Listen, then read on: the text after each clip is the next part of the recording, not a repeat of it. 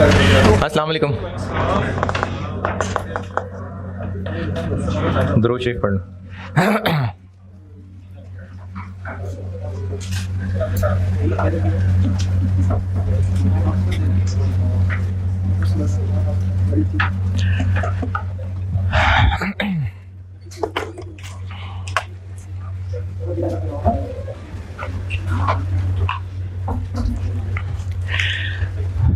Consolidation भूल भाल तो नहीं गए होंगे?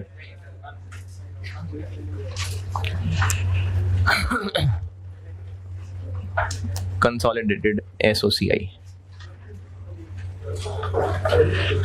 कंसोलिडेटेड एसओसीआई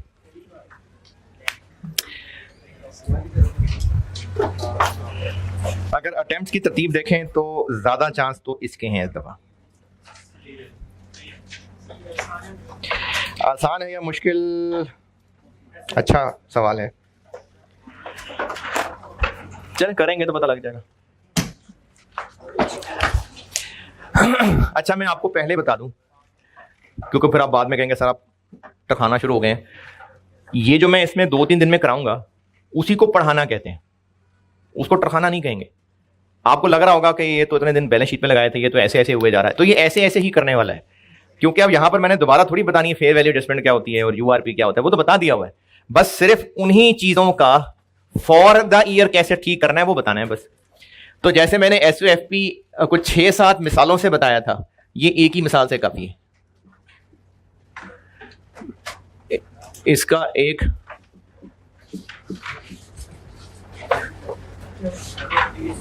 है जी, हाँ यार वो तो सही हो गया, अब आप सुनते ही नहीं है।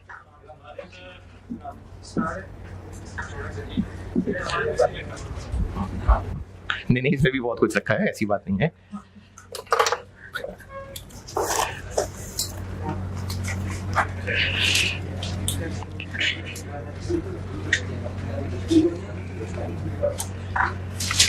कोई आखिरी बात किसी को याद हो? हाँ जी,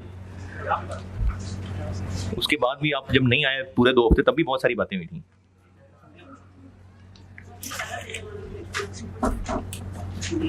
अच्छा ठीक है।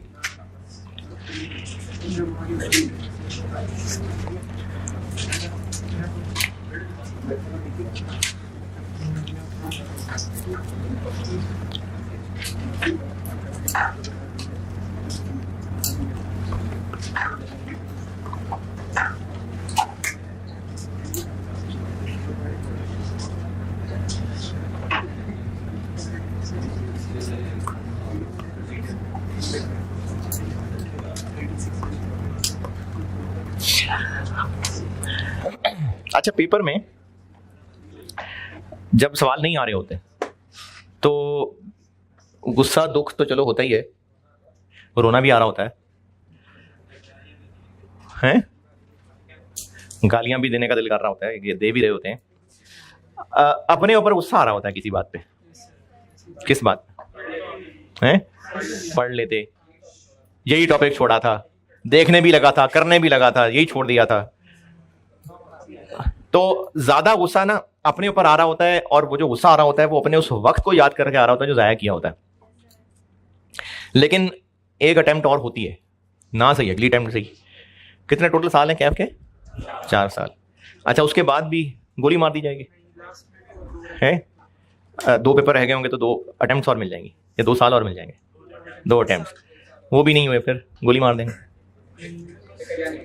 हैं? फिर क्या करें? कुछ और कर लें, ये तो नहीं जिंदगी, और कुछ हो जाएगा। अच्छा हमारे माशरे में ना, वैसे तो डिफरेंट माशरों में डिफरेंट है, हमारे माशरे में मुख्तलिफ जानवरों को मुख्तलिफ सिंबल दिया होता है। जैसे बेवकूफ गधा, गधा, और क्या होता है समझ नहीं आई? गधा वफादार, कुत्ता वफादार। हाँ अच्छा, अब गधा जो है ना वो बेवकूफ है, और मरा हुआ गधा और बेकार चीज है। और आप इस बात को इमेजिन करें कि आप कॉलेज से निकले, कॉलेज आ रहे थे और नहीं एग्जाम देने थे तो आप घर जाके तैयारी करने की बजाय तो एक मरा हुआ गधा पड़ा था रास्ते में, तो वहाँ बैठ गए, अफसोस करने लगे, सोचना शुरू कर दिया ये बेचारा क्या होगा इसका, और फिर आखिरकार वहाँ से दिन ज़ाया करके उठ गए। तो बहुत ज़बरदस्त यूटिलाइज किया टाइम है। यस, कुछ जानने वाला था। अबू दाऊद 4855, सईदना अबू हुरैरा रज़ियल्लाहु ताला अन्हु से रिवायत है, रसूलुल्लाह सल्लल्लाहु अलैहि वसल्लम ने फरमाया, जो लोग किसी मजलिस से, किसी भी गैदरिंग से अल्लाह ताला का जिक्र किए बगैर उठ जाते हैं। अच्छा, जिक्र किसी भी कॉन्टेक्स्ट में हो सकता है, मतलब आप अगर आप लोग स्टूडेंट्स की बात कर रहा हूँ, आप स्टूडेंट्स, जो स्टूडेंट्स दोस्त हैं उनकी बात कर रहा हूँ, अगर आपकी गैदरिंग के अंदर आई कैप या ऑटम 23 अटेम्प्ट का जिक्र हो रहा है, तो उस जिक्र करने से क्या इफेक्ट पड़ेगा? मोटिवेशन मिलेगी या टेंशन होगी, कुछ भी, लेकिन जिक्र करेंगे तो जिस गैदरिंग में अल्लाह का जिक्र नहीं हो रहा ना, जो लोग किसी मजलिस से अल्लाह ताला के जिक्र किए बगैर उठ जाते हैं, तो वो ऐसे हैं जैसे वो किसी मरे हुए गधे के पास से उठे हों, यानी इतना फजूल है। और ये मजलिस, मतलब गैदरिंग, ये मजलिस उनके लिए क़यामत के रोज़ हसरत का बाइस होगी। तो अच्छा, इसमें मुश्किल क्या डलती है? मुश्किल जो डलती है कि अगर दोस्तों में कहीं ऐसी बात कर दी तो वो मजाक उड़ाएंगे, मजाक उड़ाएंगे ना, जा तू बड़ा मौलवी बन गया, पता है तुम्हें क्या करते हो। तो इसको आप किसी भी दर्जे पे स्टार्ट कर सकते हैं, जैसे नमाज की बात से स्टार्ट हो सकता है कि हाँ भी नमाज पढ़ी आज, इस तरह की कोई बात, या किसी भी तरह से अल्लाह की नेमतों का शुक्र कर सकते हैं। टू स्टार्ट विद, इस तरह से चीज़ें शुरू की जा सकती हैं, क्योंकि जब गैदरिंग के अंदर सारी डिस्कशन में अल्लाह का जिक्र कहीं है ही नहीं, तो वो ऐसे ही है जैसे मुर्दार गधे के पास से उठा। कंसोलिडेटेड एसओसीआई, एसओएफपी में मैंने आपको 5-6 एग्जांपल्स करा के बेसिक कंसोलिडेशन प्रोसीजर सिखाया था। उसमें क्या करते हैं कि इन्वेस्टमेंट और एस की इक्विटी को नेट करके गुडविल निकालते हैं, फिर उसके अलावा एनसीआई का पोर्शन आता है, फिर पोस्ट एक्विजिशन को शामिल करते हैं, फिर एडजस्टमेंट्स उसके बाद कराई थी। तो इसी तरह से एसओसीआई में एक ही सवाल काफ़ी है इसका प्रोसीजर बताने के लिए। तो वो एक ही सवाल भी लिखवाना क्या है, बुक में ही आ जाए, सिंपल क्वेश्चन 1 पे आ जाए। जिनके पास मेरी साल पुरानी राइस की बुक है, उसमें भी सिंपल क्वेश्चन 1 ही था, कंसोलिडेटेड एसओसीआई। और जिनके पास पैक की बुक है, चाहे इस साल की चाहे पिछले साल की, पेज 80 नहीं,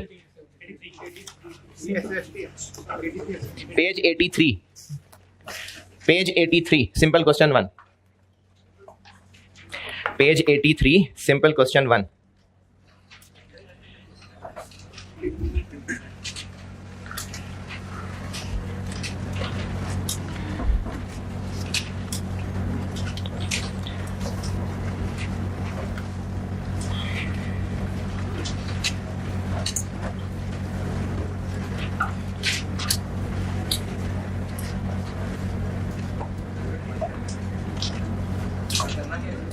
करना क्या है इसका? वेरी गुड क्वेश्चन, पढ़ना है बस भाई।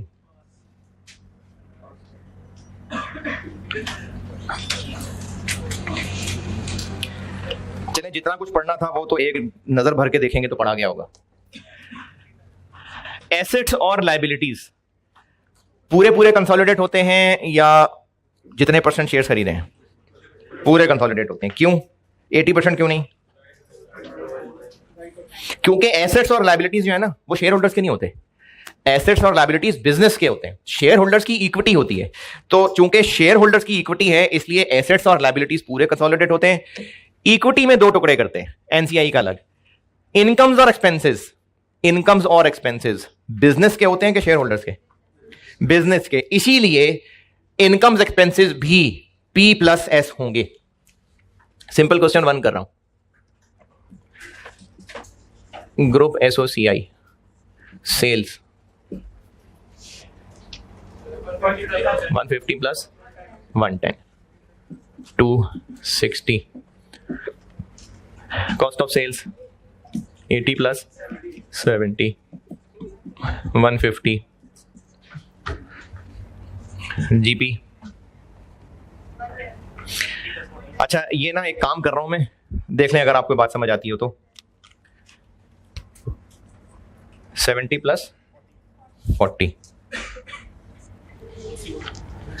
इसको नहीं प्लस करना, ये कैलकुलेट करना है। 110, ये ऐसे आना है क्योंकि इसमें हमने आगे चल के एडजस्टमेंट्स करनी है। तो जीपी को नहीं P+S करना, आगे डिस्ट्रीब्यूशन कॉस्ट कितनी, 15 + 8 23। Admin expenses 11 + 7 18। और फाइनेंस कॉस्ट 4 + 1.5 5500। और अदर इनकम 1 + 1 2000। और पीबीटी कितना, 65500। टैक्स है टैक्स 12 और 9 21। पैट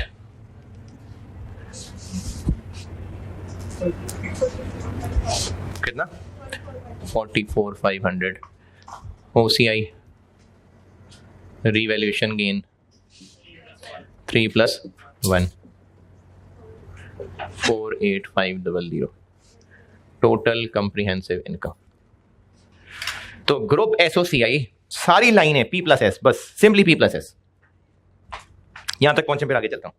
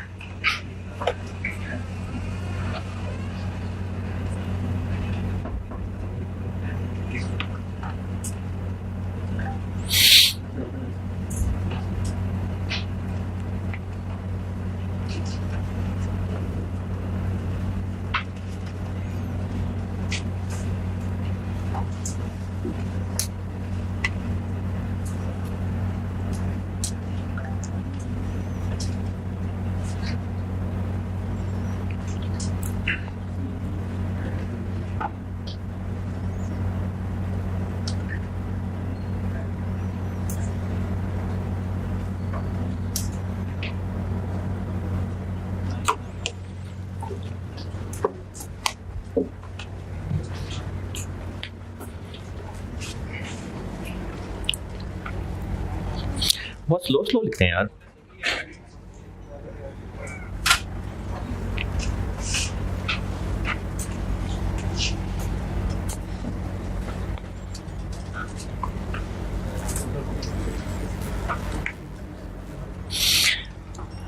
रेहान पॉज करना था।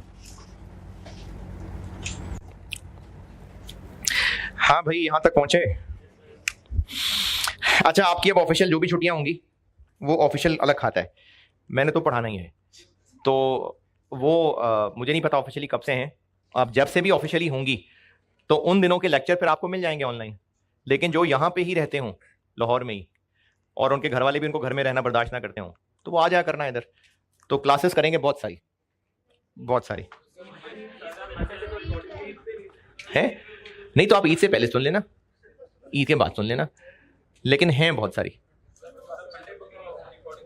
क्या हुआ, कहा है उन्होंने? नहीं मुझे नहीं पता, नहीं मुझे नहीं पता ना, वो तो मैं बता रहा हूं ना कि जो भी ऑफिशियली छुट्टियां होंगी वो होंगी। उसके अलावा मैं ईद से एक दिन पहले तक पढ़ाता रहूंगा।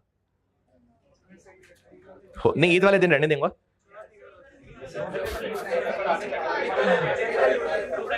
है नहीं 2 को छुट्टियां तो नहीं मैं भी खानदान वाला आदमी हूं, मेरे भी ईद होती है, मैंने भी ईद पे छुट्टियां करनी है। अब वो जितनी भी ऑफिशियल छुट्टियां हों तो अनऑफिशियली जो जो क्लासें होंगी फिर वो पहुंचेंगी आपसे, वो मैं देखता हूं, क्योंकि अब जो है ना वो मुजाहिदे का वक्त शुरू है।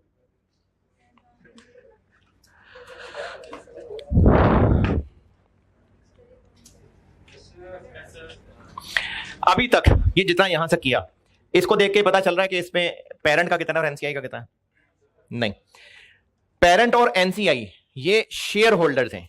तो शेयर होल्डर्स का क्या होता है? इनकम, एक्सपेंस या प्रॉफिट? प्रॉफिट।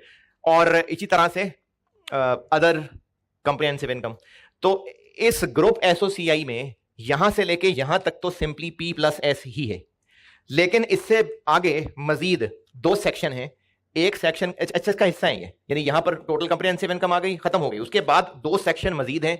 अगर आपसे ग्रुप एसओसीआई टेस्ट होती है तो ये फॉर्मेट है उसका, एसओसीआई यहां तक बना के फिर ये दो सेक्शन बनाने, जिनमें से एक सेक्शन कहलाता है प्रॉफिट एट्रीब्यूटेबल टू दो लोग, शेयर होल्डर्स ऑफ पी और एनसीआई,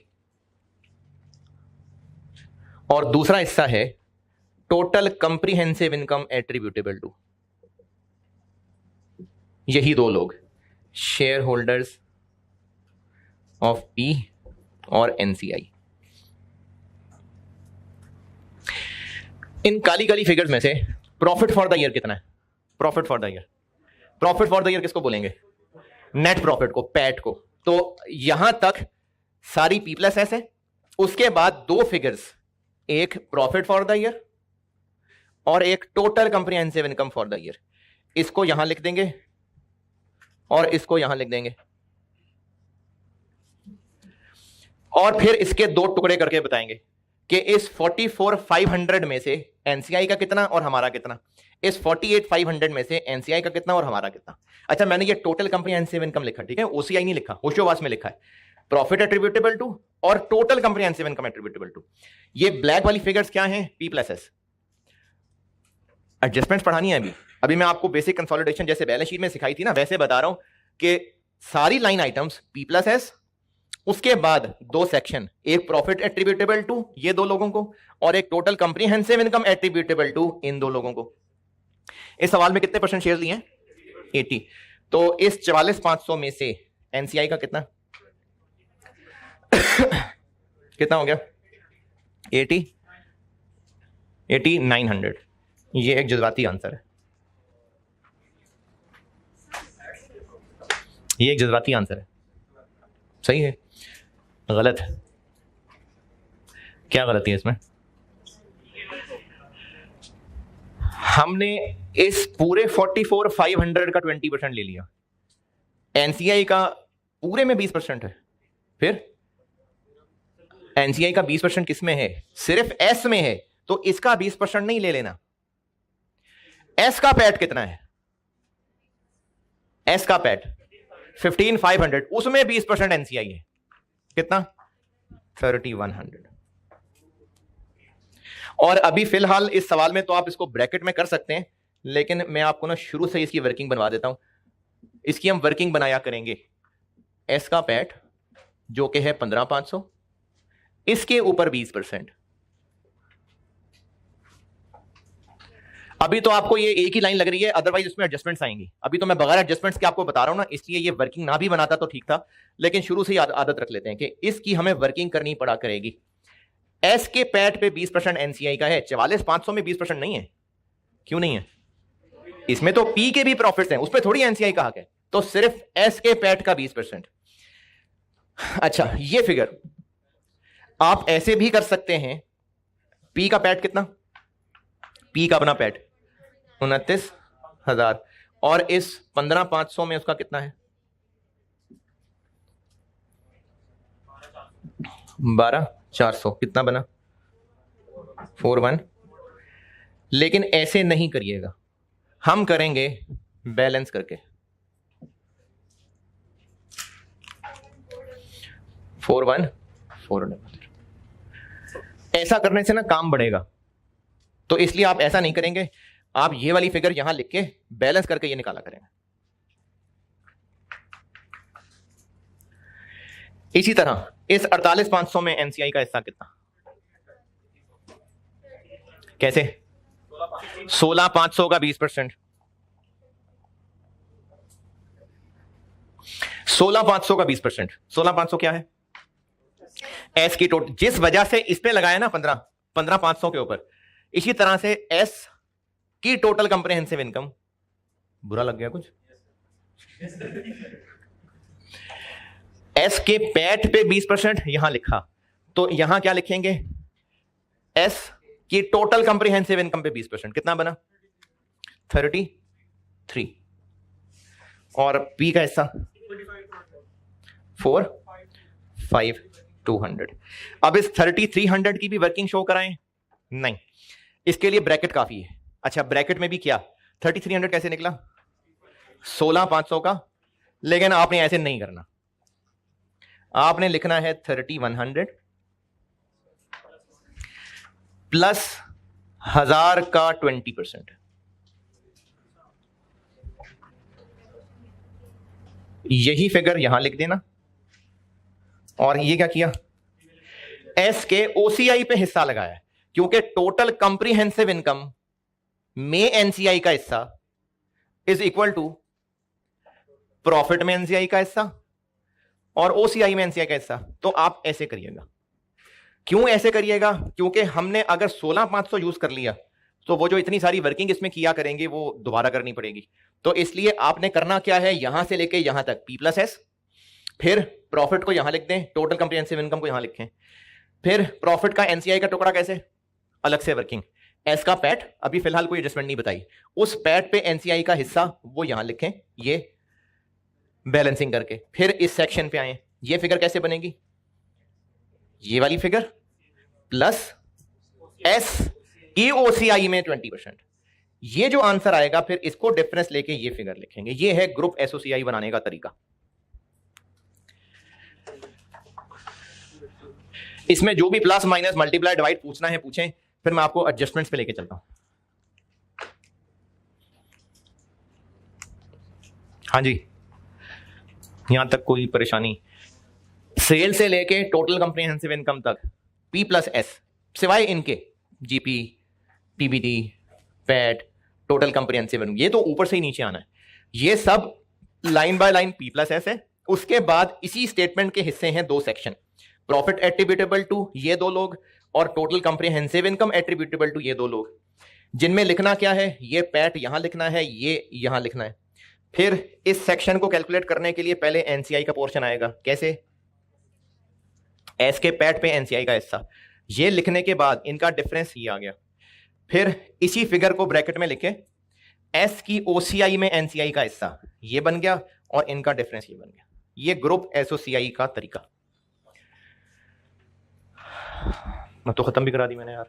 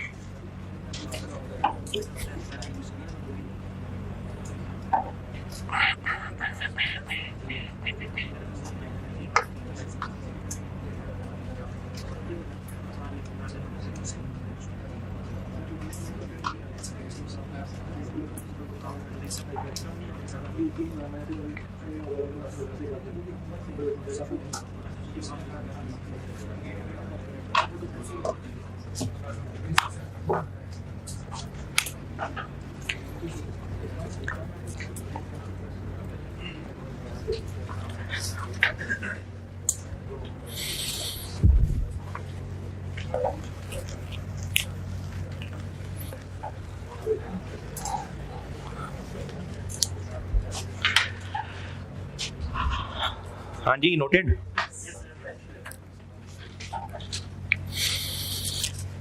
इसमें कोई मुश्किल परेशानी नहीं है ना? हाँ, तो ये आसान है इनकम स्टेटमेंट। एडजस्टमेंट्स पे आते हैं।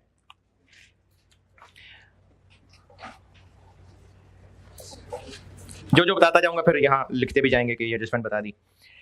बैलेंस शीट से शुरू करते हैं। बैलेंस शीट पढ़ाते हुए सबसे पहली एडजस्टमेंट क्या की थी?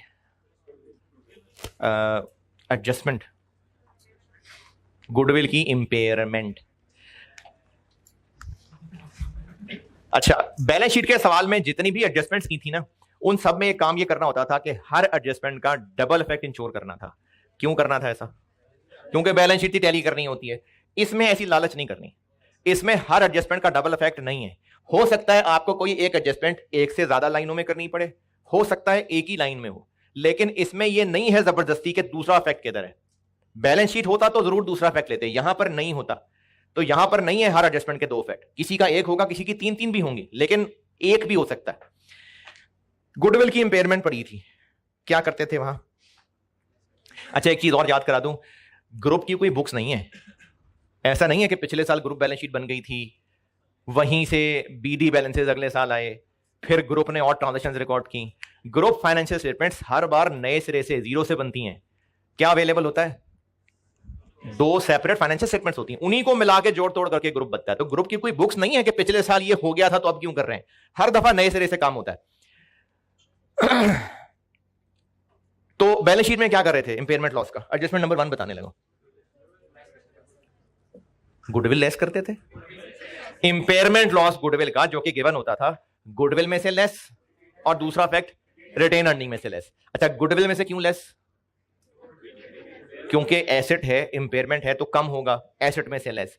और रिटेन अर्निंग में से क्यों लेस? क्योंकि वो एक्सपेंस है। अच्छा, कितने अरसे की इंपेयरमेंट? सिर्फ उस साल की या शुरू से लेके अब तक जितनी भी हुई है? शुरू से लेके अब तक की। लेकिन आ जाना वापस। चले, मैं देखता हूं कि अब वो असल में मुझे ये पता चल जाना कि मैं कितनी क्लासेस कर पाऊंगा अगले हफ्ते में, क्योंकि स्टाफ ने भी तो घर ही जाना है ना। क्यों भी रेहान, ये किसने कहा था ऑन करने को? कब से ऑन है? मैंने तो नहीं कहा ऑन करने को है।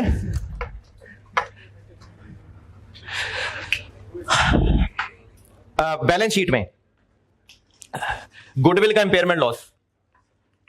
अच्छा, मैं पहले से ये बता रहा हूं कि आप पहले ही तैयार हो। मैंने आपको 4 एडजस्टमेंट्स करानी है अभी। जी जी, हो जाएंगे हो जाएंगे हो जाएंगे। हाँ, करनी है, कोई बात नहीं। मैं इसलिए पहले बता रहा हूं कि बस ना करना शुरू कर देना। 4 एडजस्टमेंट्स करानी है। इंपेयरमेंट, बैलेंस शीट में इंपेयरमेंट लॉस का क्या करते हैं? गुडविल में से लेस और रिटेन अर्निंग में से लेस। और गुडविल में से लेस क्यों? वो ऑन नहीं हुआ अभी तो मैं तो बोल ही रहा हूं सिर्फ। गुडविल में से लेस क्यों? क्योंकि एसेट को कम करना है। रिटेन अर्निंग में से लेस क्यों? क्योंकि एक्सपेंस है। और सिर्फ उस साल का इंपेयरमेंट लॉस या शुरू से लेके अब तक जितना भी था? शुरू से लेके अब तक या सिर्फ इस साल का? शुरू से लेके अब तक। तो पिछले साल भी तो किया होगा। हम फिर जीरो से कंसोलिडेशन कर रहे हैं, क्योंकि हम लोग जो कंसोलिडेशन कर रहे हैं, हम लोग चलो स्टूडेंट्स कह लेते हैं, वो पी और एस की हर दफा सेपरेट फाइनेंशियल स्टेटमेंट से ही किया करेंगे। तो हर दफा हम जीरो से ही कर रहे होते हैं। तो चूंकि बैलेंस शीट एज एट होती है, तो इसलिए आज तक का इंपेयरमेंट लॉस गुडविल में से लेस और रिटेन अर्निंग से लेस। दो इफेक्ट क्यों? क्योंकि बैलेंस शीट है। गुडविल में से लेस क्योंकि एसेट को कम करना है, और रिटेन अर्निंग में से लेस क्यों? क्योंकि एक्सपेंस है। एसओसीआई होती है फॉर द ईयर, बस सिर्फ फॉर द ईयर। तो पहली बात, इंपेयरमेंट लॉस का अगर यहां पर कुछ करना भी है तो आज तक का इंपेयरमेंट लॉस, फिर सिर्फ फॉर द ईयर, और फिर दोबारा बैलेंस शीट गुडविल में से लेस और रिटेन अर्निंग से लेस। बैलेंस शीट से मैं रिलेट करके बताया करूंगा, एडजस्टमेंट याद कराया करूंगा, फिर हम इनकम स्टेटमेंट पे आएंगे। तो वहां डबल इफेक्ट देखते थे क्योंकि बैलेंस शीट थी। अब यहां पर हम क्या करें? रिटेन अर्निंग से क्यों लेस करते थे? एक्सपेंस था। अब बताएं क्या करें? उसको एक्सपेंस बना लेंगे। अलग से एक लाइन आइटम भी बना सकते हैं, अलग से लाइन आइटम आ जाएगी इंपेयरमेंट, या इनमें से भी किसी ब्रैकेट में ऐड कर सकते हैं। सबसे मुनासिब कौन सा लग रहा है? एडमिन। नहीं, अलग से लिखना है तो लिख लें, लेकिन अगर इन्हीं में से ब्रैकेट में ऐड करना है तो एडमिन। तो है दोनों ठीक है। अलग लाइन लिखने का दिल है तो 2 वर्ड लिखने पड़ेंगे, इसी के अंदर एक फिगर ही लिखनी है तो इसके अंदर ही लिख लें। तो जो इंपेयरमेंट लॉस यहां पर एक्सपेंस बनाएंगे फॉर द ईयर या टोटल आज तक का, फॉर द ईयर, तो यहां पर वो फॉर द ईयर एक एक्सपेंस बन जाएगा। बैलेंस शीट के सवाल में यह भी देखना होता था कि एनसीआई फेयर वैल्यू पे है या एनसीआई प्रोपोर्शनेट पे है। ये दोनों बातें मैं आपको सवाल से सिखाता हूं। सिंपल क्वेश्चन 2 देखें, सिंपल क्वेश्चन 2।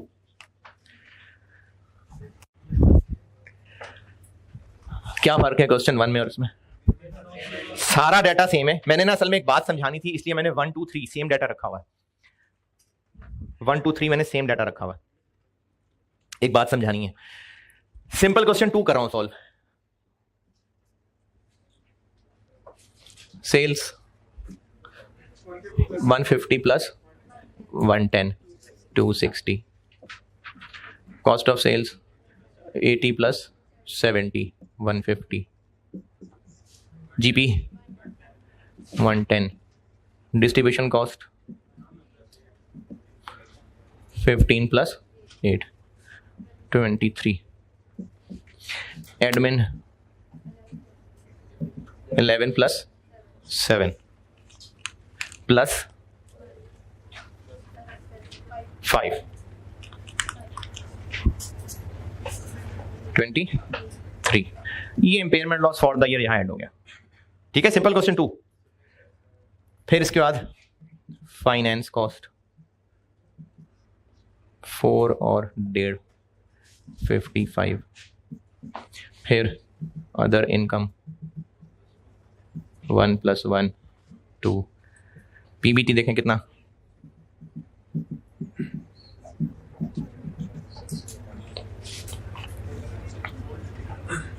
पीबीटी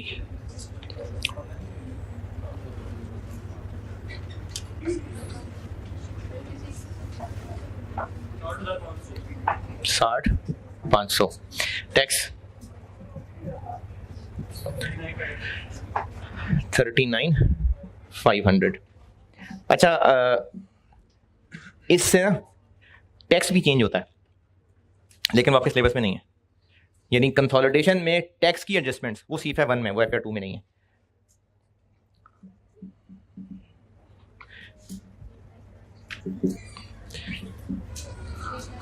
जी 3 प्लस 1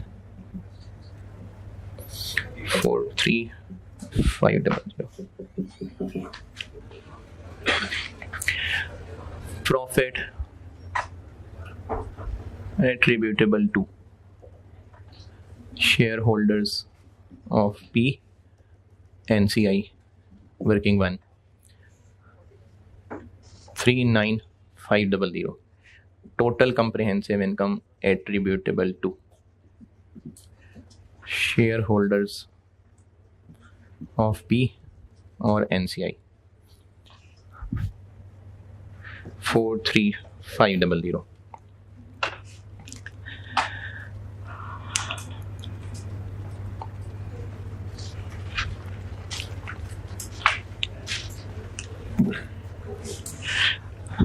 ये नोटेड ना?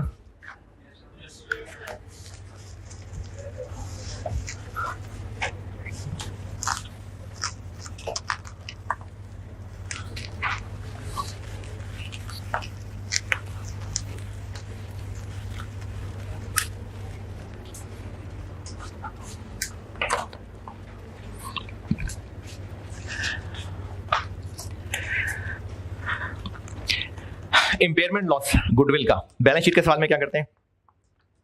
गुडविल में से लेस और रिटेन अर्निंग में से लेस। कितने अरसे का इंपेयरमेंट लॉस? आज तक का।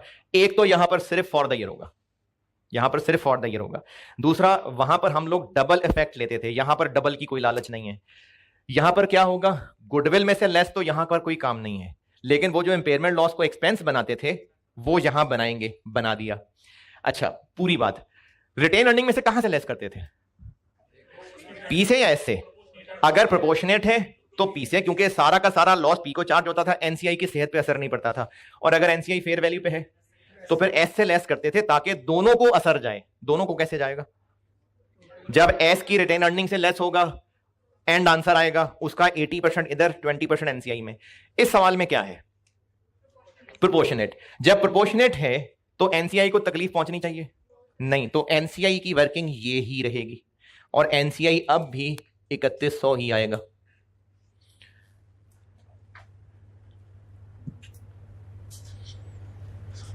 ये क्या कर रहा हूं मैं, इशारे करे जा रहा हूं मैं, ये क्या है 36,400।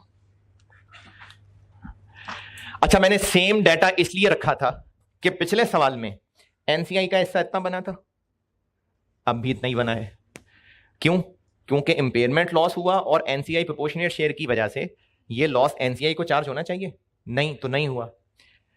पी का हिस्सा कितना बना था 41,400, अब कितना बना है 36,400। कितना फर्क आया 5। ये पूरा वही 5,000 का लॉस है।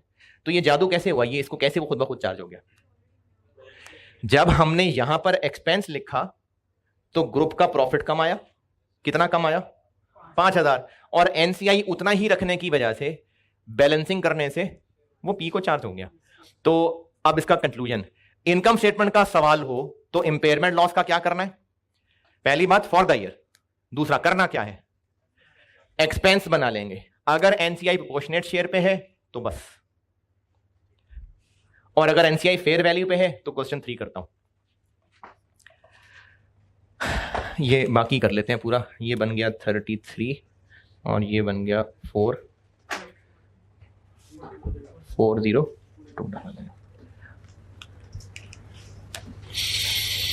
ये कर ले नोट जल्दी से, फिर मैं फेयर वैल्यू बताता हूं।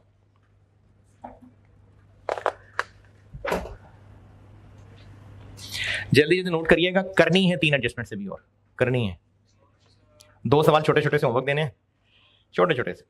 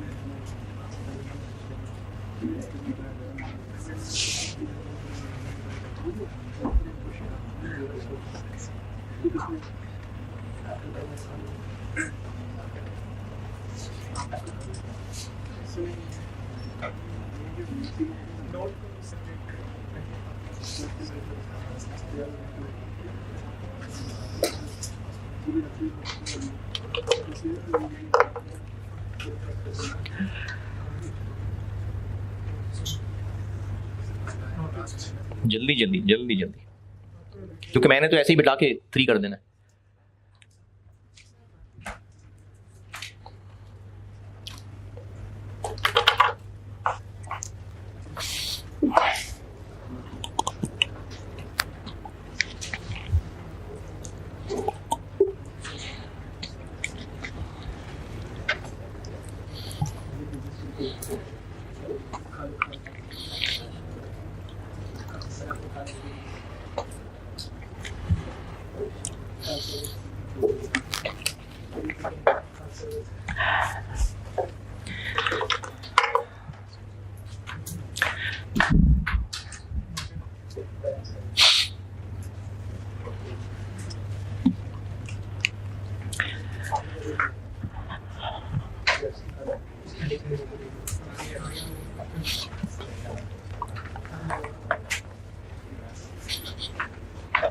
हाँ जी, डन।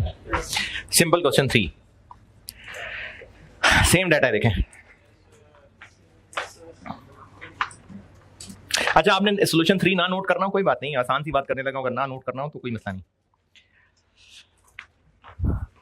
सेम डाटा, सिर्फ चेंज क्या किया है, एनसीआई फेयर वैल्यू पे है। तो चूंकि इनकम स्टेटमेंट में सारा कुछ ये ग्रुप का है तो impairment loss for the year यहां एक्सपेंस बन जाएगा। अगर एनसीआई प्रोपोर्शनेट शेयर पे है तो बस, लेकिन अगर एनसीआई फेयर वैल्यू पे है तो इस लॉस की तकलीफ दोनों को पहुंचनी चाहिए। जब बैलेंस शीट का सवाल करते थे तो दोनों को तकलीफ कैसे पहुंचाते थे? एस के कॉलम में से लेस कर देते। तो अब हम ये करेंगे कि वर्किंग वन में अब यहां हम एस के पैट में से इंपेयरमेंट लॉस लेस करेंगे। इसका 20% लगाएंगे और ये 21 जब यहां लिखेंगे, अब बैलेंस करें। क्या फर्क पड़ा सवाल में? ये ओरिजिनल वाला था, एनसीआई के हिस्से में क्या आया? कितना फर्क आया? 1000। ठीक है, लॉस टोटल कितना है? 5000। 80 और 20%। तो एनसीआई के हिस्से में कितना बन रहा है? 1000। ये देखिए 1000 का फर्क पड़ गया। और पेरेंट के हिस्से में कितना? 5000 का 80%, 4000। ये देखिए 4000 का फर्क पड़ गया। तो impairment loss of goodwill for the year, यहां फेस पे एक्सपेंस बना लेंगे। अगर एनसीआई प्रोपोर्शनेट शेयर पे है तो बस, और अगर एनसीआई फेयर वैल्यू पे है तो यहां तो एक्सपेंस बनाएंगे ही बनाएंगे, इधर एनसीआई की वर्किंग में एस के पैट में से लेस भी करेंगे। ओके, मैंने ना इनकम स्टेटमेंट के नोट्स ये ग्रुप में शेयर कराए थे आपके, और ये जो ऑनलाइन वाली कॉम है इनके कोर्स में रखे हुए मैंने, और उसके अलावा कॉपियर के पास भी रखवाए थे कि अगर हार्ड कॉपी लेनी हो तो ले लें। इनमें से देखें, मैंने आपको एडजस्टमेंट नंबर 1 बता दी, ग्रुप में शेयर किए हुए थे, देख लेना। अभी 3 एडजस्टमेंट्स और बतानी है, इसलिए खोल लें नोट्स हैं। चलें, जिसने जाना चला जाए। एडजस्टमेंट नंबर 1 बता दी मैंने।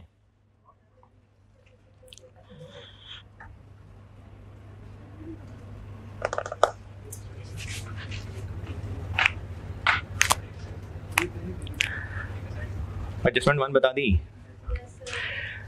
गुडविल की impairment loss for the year expenses में ऐड कर दें, और अगर एनसीआई प्रोपोर्शनेट शेयर पे है तो बस यही, और अगर एनसीआई फेयर वैल्यू पे है तो ये भी करना है, और एनसीआई की वर्किंग करते हुए एस के पैट में से लेस भी करना है।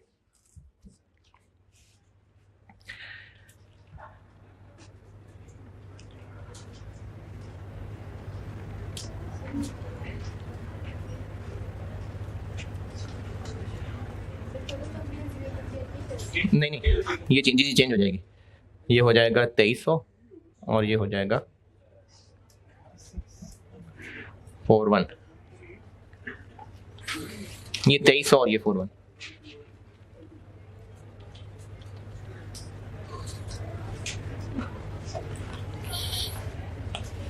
ये वाला 2100 प्लस 1000 का 20%।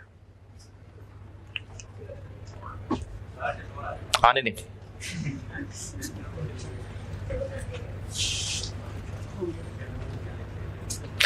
अच्छा, एक बड़ा कीमती जुमला बोलने लगा हूं, संभाल के रख लें, काम आएगा।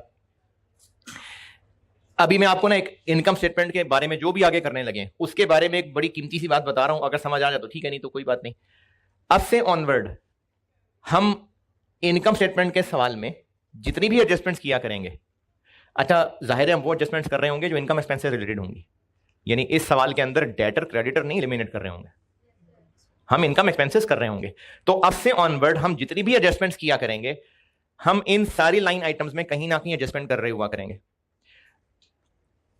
या तो वो पेरेंट की रिलेटेड एडजस्टमेंट होगी या एस से रिलेटेड होगी। इनकम एक्सपेंस एडजस्ट करेंगे तो या वो पी से रिलेटेड होगा या एस से रिलेटेड होगा। जो भी इनकम स्टेटमेंट में हम एडजस्टमेंट किया करेंगे, अगर वो पी से रिलेटेड चीज हुई तो बस सिर्फ फेस पे किया करेंगे, और अगर एस से रिलेटेड हुई तो फेस पे भी किया करेंगे, और एनसीआई की वर्किंग में एस के पैट में भी किया करेंगे। अब से ऑनवर्ड हम जो भी एडजस्टमेंट्स करने लगे ना, चूंकि वो इनकम एक्सपेंसेस के एडजस्टमेंट्स हैं, तो फेस पे तो हमने करनी ही है। अगर वो सिर्फ पी से रिलेटेड चीज थी तो बस सिर्फ फेस पे हुआ करेगी, और अगर एस से रिलेटेड थी तो फेस पे भी होगी, और एनसीआई की वर्किंग में एस के पैट में भी होगी।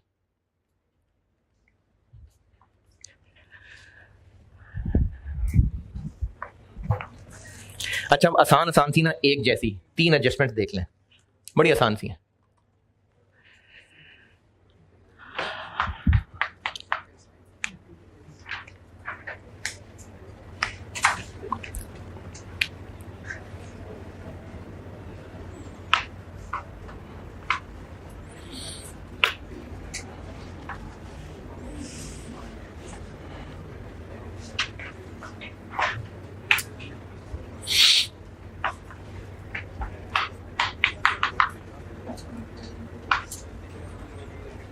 अच्छा, तीनों आसान सी हैं, तीनों एक जैसी हैं, इसलिए परेशान नहीं होंगे। 3 एडजस्टमेंट्स हो गई, मैं इनको मिला के एक पॉइंट भी बना सकता था।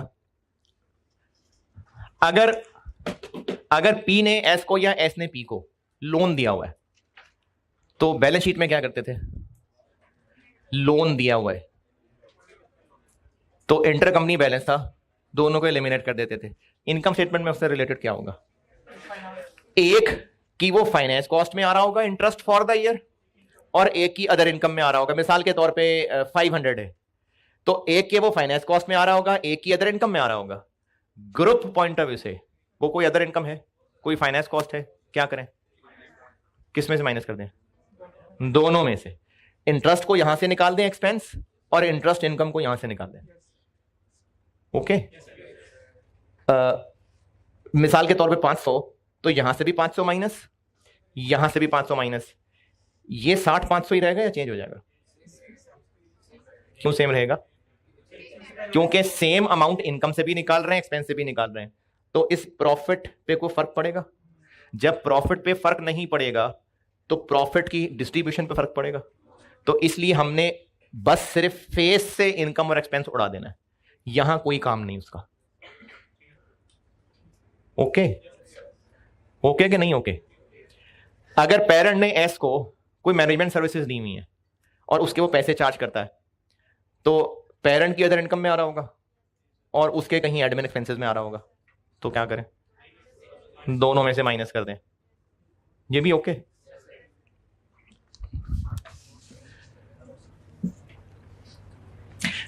पी ने कुछ गुड्स 8000 की खरीदी और वो 10,000 की एस को बेच दी, और एस ने वो सारी की सारी आगे बेच दी 13,000 की, सारी बेच दी। यूआरपी कल आएगा, सारी बेच दी। यूआरपी है कोई? नहीं, ठीक है, वो कल आएगा यूआरपी। सारी की सारी इसने आगे बेच दी। अब ये चारों फिगर्स पे गौर करिएगा। रेहान, ये ब्रैकेट नजर आ रहा है इसके साथ? हैं? उन फिगर्स के साथ ये इतना नजर आ रहा है? इस 150 में क्या शामिल है? उनमें से इस 150 में क्या शामिल है? 10। इसमें क्या शामिल है? 8। इसमें 13, इसमें 10। बताएं क्या करूं? 10 और 10 फालतू है। ग्रुप पॉइंट ऑफ व्यू से सही सेल 13 है, वो इसमें आ रही है। सही कॉस्ट ऑफ सेल 8 है, वो इसमें आ रही है। ये 10 और 10 फालतू है। तो क्या करें? सेल में से भी माइनस और कॉस्ट ऑफ सेल में से भी माइनस। ये मैंने आपको एडजस्टमेंट 3, 4 और 9 बता दी।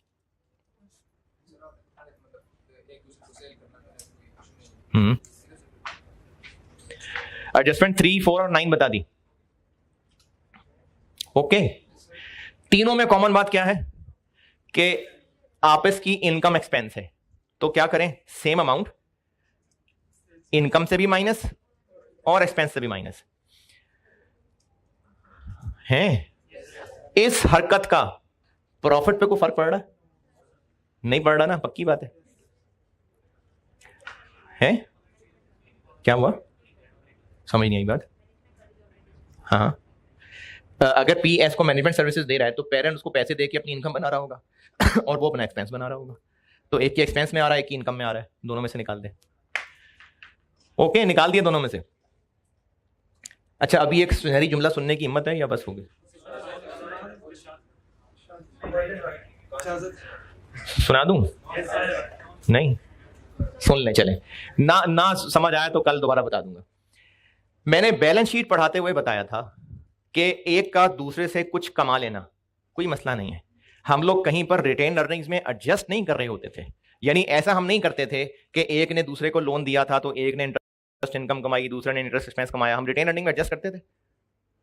नहीं करते थे। यूआरपी मसला था। यूआरपी यहां भी करेंगे कल एडजस्ट, लेकिन हम लोग ये जो चीजें मैंने यहां बताई हैं, क्या हम रिटेन अर्निंग में एडजस्ट करते थे या नहीं? नहीं करते थे ना। इसलिए नहीं करते थे कि हम यहां फेस पे से ये 10 इधर से भी निकाल रहे हैं, इधर से भी निकाल रहे हैं, क्योंकि यहां पर इनकम और एक्सपेंस अलग अलग शो हो रहे हैं। ग्रुप पॉइंट ऑफ व्यू से क्या वो सेल है? ये 10,000 ग्रुप पॉइंट ऑफ व्यू से सेल है। ग्रुप इनकम स्टेटमेंट में उसको सेल कहना चाहिए? नहीं, इसलिए हम यहां से निकाल रहे हैं, यहां से निकाल रहे हैं। क्या वो 500 का इंटरेस्ट ग्रुप पॉइंट ऑफ से इंटरेस्ट एक्सपेंस है, ग्रुप पॉइंट ऑफ से इंटरेस्ट इनकम है, इसलिए हम इनकम स्टेटमेंट से उसको हटा रहे हैं। लेकिन इन हरकतों का प्रॉफिट पे कोई फर्क पड़ रहा? जब प्रॉफिट पे ही कोई फर्क नहीं पड़ रहा तो हम रिटेन अर्निंग में क्यों एडजस्ट करें? तो इसलिए हम बैलेंस शीट में रिटेन अर्निंग में एडजस्टमेंट्स नहीं करते थे, क्योंकि प्रॉफिट पे ही फर्क नहीं पड़ रहा, तो इसलिए हम वहां पर नहीं करते थे एडजस्ट। तो यहां पर क्यों करना है? क्योंकि अलग अलग लाइनों में प्रेजेंट हो रहा है, वो यहां से दोनों लाइनों में से निकालना है, लेकिन प्रॉफिट पे फर्क नहीं पड़ रहा, इसलिए रिटेन अर्निंग में भी हम फर्क नहीं डालते थे। अच्छा, जिनके पास पैक की बुक है, प्रैक्टिस क्वेश्चंस में क्वेश्चन 12 और 13, क्वेश्चन 12 और 13 पेज 96, और जिनके पास मेरी साल पुरानी राइस की बुक है उसमें प्रैक्टिस क्वेश्चन 1 और 2 थे। ये होमवर्क है। चलें ठीक है, जाएं। अल्लाह हाफिज।